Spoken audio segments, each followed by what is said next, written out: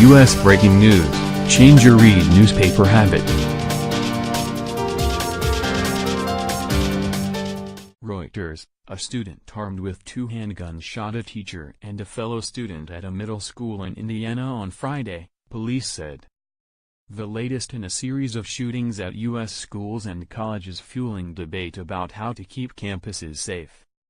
The teacher who was shot swatted the guns away from the student and wrestled him to the ground, protecting other students in his science class, witnesses told local media. The suspect had excused himself from class at Noblesville West Middle School and came back armed with the pistols and opened fire. Police apprehended him in the classroom. They did not provide further details on the incident or release the names of anyone who was involved. "We do know the situation resolved extremely quickly," Noblesville Police Chief Kevin Jowitt told reporters about the shooting at the school, which has about 1,350 students. The incident occurred a week after a 17-year-old high school student in Santa Fe, Texas, near Houston shot and killed 8 classmates and 2 teachers.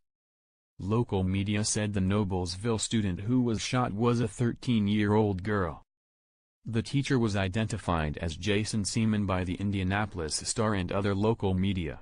Seaman's mother said on Facebook her son was shot through the abdomen, in the hip and in the forearm, and was undergoing surgery. "Please pray for my son Jason," Christy Seaman wrote.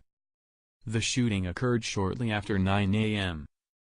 EDT, 1300 GMT, at the school about 25 miles, 40 kilometers, northeast of Indianapolis, and authorities said the school was placed on lockdown. Student Austin Duncan said in an interview with local broadcaster WTTV that occupants of his classroom barricaded a door and huddled together in a panic during the shooting incident while a teacher grabbed a baseball bat for protection. "All of us were crying, texting our loved ones, texting our friends," Duncan said. Indiana Governor Eric Holcomb, flying back from Europe, said in a statement that he was monitoring the situation. "Our thoughts are with all those affected by this horrible situation," he said, adding that about 100 state police officers had been made available to work with local responders.